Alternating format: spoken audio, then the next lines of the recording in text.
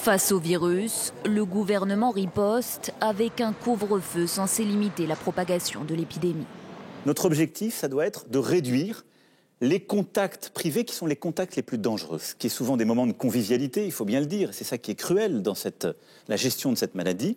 8 métropoles sont concernées ainsi que la région Île-de-France. Concrètement, dès samedi, vous ne pourrez plus sortir de chez vous à partir de 21h et jusqu'à 6h le lendemain, sauf pour des raisons de santé, pour le travail, pour aider un proche, prendre le train ou l'avion, ou encore pour sortir son animal de compagnie.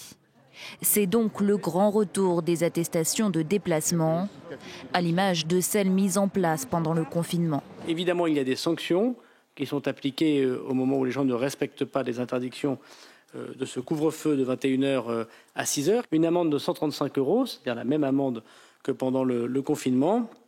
Et si jamais il devait y avoir réitération, 6 mois d'emprisonnement possible et 3 750 € d'amende.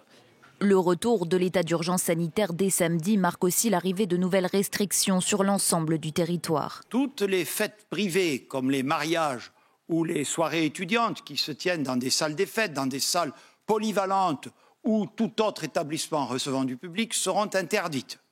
Une fermeture anticipée à laquelle échapperont certains établissements comme les centres médico-sociaux ou les structures d'accueil des plus précaires.